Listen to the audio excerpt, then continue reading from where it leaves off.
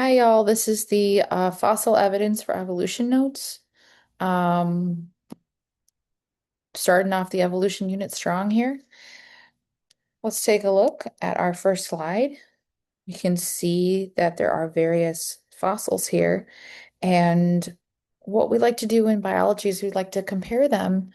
And among many different evidences for evolution, we like to see the broader picture of what are some examples of evidences for evolution that we have in our history, and how did the scientists piece those all together? So, the first evidence for evolution that we're going to talk about is fossil evidence and how to figure out how old some of those materials are.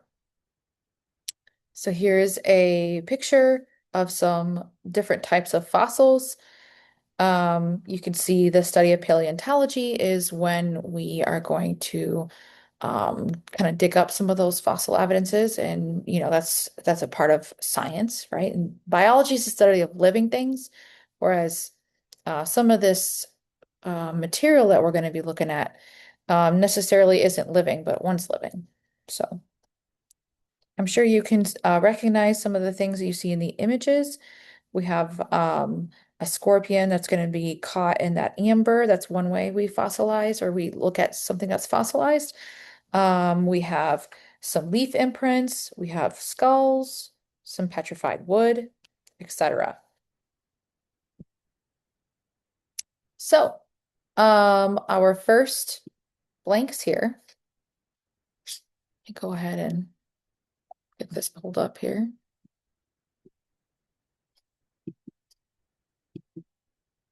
So, it says that we need to define what a fossil is. So we're going to go ahead and do that. So a fossil is considered preserved remnants or impressions left by organisms that lived in the past. They are historical documents of biology. Examples of these fossils are skeletons, shells, leaves, seeds, imprints, tracks, and even fossilized feces. They form when body parts or impressions are buried in rock before they decompose. Minerals dissolved in groundwater seep into the tissues of dead organisms and replace the organic material and create a cast in the shape of that organism. Fossilization is a quite rare event. Therefore, not all ancient species are represented in the fossil record. So whatever we have record of is what we can use to provide a timeline of our history. So the example we see here is a fossil of a perch fish. So here was that imprint of leaves that we saw earlier, petrified wood.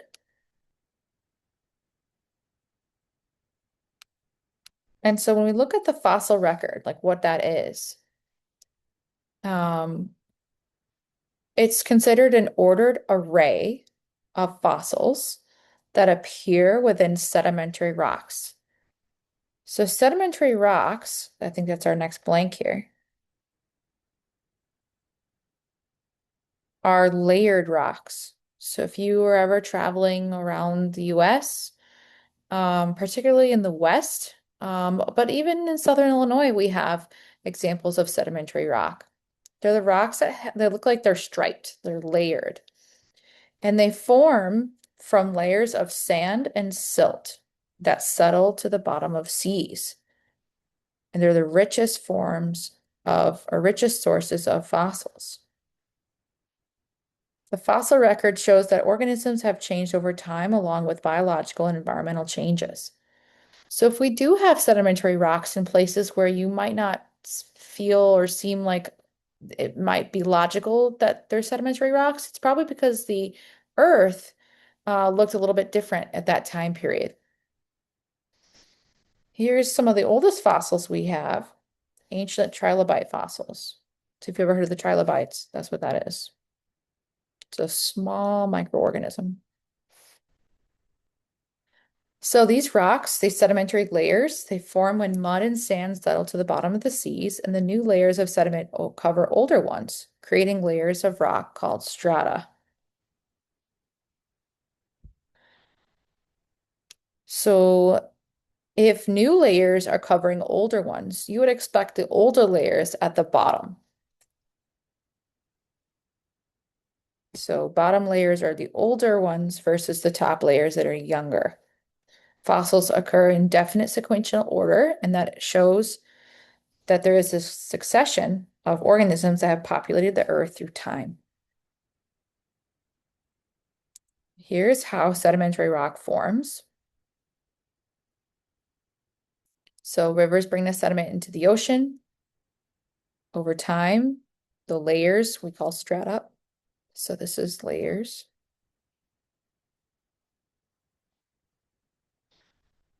Are added containing fossils from each time period. And as the sea levels change and the seafloor is pushed upwards, sedimentary rocks are exposed. Erosion reveals some of those layers or strata, and the older strata contain older fossils. So you can see in the picture the older stratum, stratum is singular, within older fossils, and the younger stratum has the younger, more recent fossils at the top. So the Grand Canyon is another great example of somewhere where um, we have these rock strata. The older layers are at the bottom, the newer layers are at the top. Waimea Canyon in Kauai, another great place. I have never been, but I would love to be there at some point. Another a fossil example, or how do I say it? Examples of fossil records that show um, evidences for evolution is this idea of an intermediate forms. So intermediate means kind of in between, right? That's what intermediate means. So many transitional fossils or those in between fossils have been found. And it's hard to tell when that the transition between terrestrial and aquatic organisms actually occurred, but it helps when we have these transitional forms. Okay, so, oops, I spelled that wrong. Terrestrial. Terrestrial means land occupying, and aquatic means water occupying. So an example of this is the Tiktaalik. So this is a 3D rendering of what the Tiktaalik would have looked at like. It was a famous fossil found in the Canadian Arctic in 2004. It was from the Devonian period, which is about 375 million years ago, and it had many features similar to tetrapods. The prefix tetra, meaning four-legged. So it looks like a fish, but it has these four limbs. So it was one of those shocking discoveries in 2004. And I think there is a video about it by Neil Shubin, who discovered it. I'll probably have it linked. It's not very long, but it's very good. So hopefully we can watch that. So this transitional fossil or these transitional organisms link the past to present because it gives us a link between when everything was in the water to, oh, now we have organisms on land. So that intermediate form, like the Tiktaalik, gave us a hypothesis that, or a link to whales. The hypothesis that whales evolved from terrestrial ancestors, and this extinct whale no longer used its legs to support weight. So the whale actually supports the idea of from land to water, that transition. the whale would be the hypothesis to support that because whales have hip bones. Whales have hip joints. Why would whales have hip joints if they don't use legs, right? So this idea that they are this link between the past, which was all land, to water, supports that. So, how do fossils form? They form when body parts or impressions are buried in rock before they decompose. Because if they decompose, then that tissue is going to be decomposed by the decomposers. So, minerals dissolved in groundwater will seep into the tissues of dead organisms, replacing that organic material and creating that cast. Fossilization is a rare event. And therefore, not all ancient species are represented in the fossil record, just like I said earlier. So, how do we know how old these fossils are, and how can we start making this timeline? Well, we call this relative dating, radiometric dating, and using carbon-14 as a way to do so.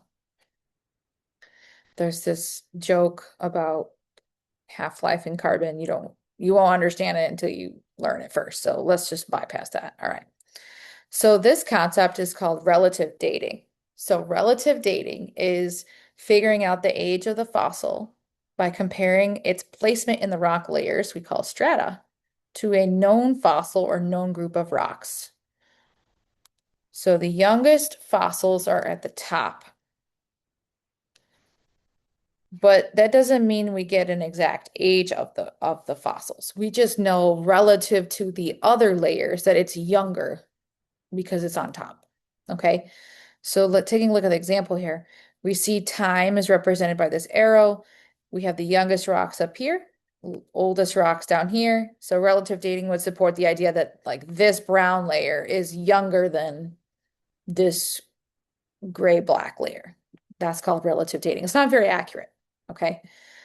We like to use this next one. We call radiometric dating. Radiometric dating is going to be using the radioactivity of the fossil and comparing it to carbon-14. So it says all living organisms accumulate carbon-14 while they are alive. You were wondering probably why it's written like this. That's called an isotope. An isotope is like different versions of the same element. So there's carbon-12. Carbon-12 is the normal carbon you see on the periodic table. Carbon-14 is the isotope. So once the organism dies, it stops accumulating this carbon, or just carbon in general, and carbon-14 has the amount of carbon-14 it has slowly decays into nitrogen-14. Okay, so then we measure how much carbon-14 is left or how much nitrogen-14 is made to date the fossil. Because, I mean, the key is right here. Once it dies, it stops accumulating carbon, and the carbon-14 it has slowly decays into nitrogen-14. So you should expect if it is, let's say, something that's very old, right? It should have a lot of nitrogen-14, right? So let's take a look. Next slide. We call this concept half-life. Half-life is figuring out how much carbon is left after half of its life. Okay. So it says all fossils contain isotopes, which I already defined in the previous slide or two. So isotopes are going to be different versions of elements based on the number of neutrons. Okay, and all fossils contain these isotopes of elements that accumulated in the organisms when they are alive. The half-life of an isotope is the number of years it takes, or seconds, or minutes, or hours. Okay, it doesn't have to be years per se, it's just like time. How much time it takes for half of that original sample to decay into the other thing. So my previous example, the half-life of something would be how much time it took for half of that organism to decay from carbon-14 to nitrogen-14. Okay, that's what a half-life is. So half-life is measured in time. So the unit is time. So units for the answer is time in seconds, minutes, hours, years, whatever it is. Okay. Here's a graph that shows that. So carbon 14, okay, the time required for the amount of radioactive material decreased by 1/2. Okay. So half of the material is decayed. So we say it's 1 half-life. So this is 1 half-life. That's how much time it took for half of it to decay is 1 half-life. 2 half-lives is like half of that. So 1 half-life, 2 half-lives, 3 half-lives, 4. Okay. So here's some other useful isotopes that we use to put a time on something that we discover on Earth. We go, oh, look at this new thing we've dug up. Okay, here's how much, argon 14 or 40 it has, strontium 87. Okay, I'm just giving examples. Okay. But we can figure out how old something is based on how much of that decayed isotope it has. So carbon 14 decayed to nitrogen 14. The half-life is 5,730 years. So this would be useful in a fossil record that's 100 years old to 30,000 years old. Okay. Potassium 40 to argon 40. This is something that's a little bit older, right? 1.3 billion years is how old the half-life is. So if it's not very old, right, it's not going to hit that half-life yet. It's got to be something very old on this planet. Okay. Rubidium, uranium to lead, et cetera, et cetera. Okay. So there are like math problems to do with this. So everyone loves math problems, right? So these are easy if you just follow the method. Okay. So a fossil was found in the year 1900. It contained 0.0625 grams of carbon 14. The living organism contained 2 grams. How many years old is the fossil? So first, you have to figure out how many half-lives have passed. So a half-life is how like how long it took for half of it to decay. So it started with 2 grams. So that's what you write first, this part. Okay. And it says that it contained 0.0625 grams at the end, or like when you're solving. So you got to figure out how many halves does it take to get to 0.0625 grams. So you go through the problem, you draw your arrows. Each arrow represents a half-life. Okay. So 1 half-life is here. 2 half-lives, 3, 4, 5 to get to your 0.0625. And all we do is half the number, 2 to 1 to 0.5 to 0.25, because 0.25 is half of 0.5. 0.125 is half of 0.25, and then we get to our final. So it looks like we got through 1, 2, 3, 4, 5 half-lives. That's how many half-lives it took. Now, if you want to figure out how many years it was, you take your 5 half-lives, you multiply it by the 5,730, okay? Because that's carbon 14. If you go back to the previous slide, carbon 14's half-life is here, 5,730 from the table on the previous slide. And you multiply that to get 28,650 years. So I wouldn't expect you to do that math by memory. You'd use a calculator. Okay. And that's it. Thanks for watching. Bye.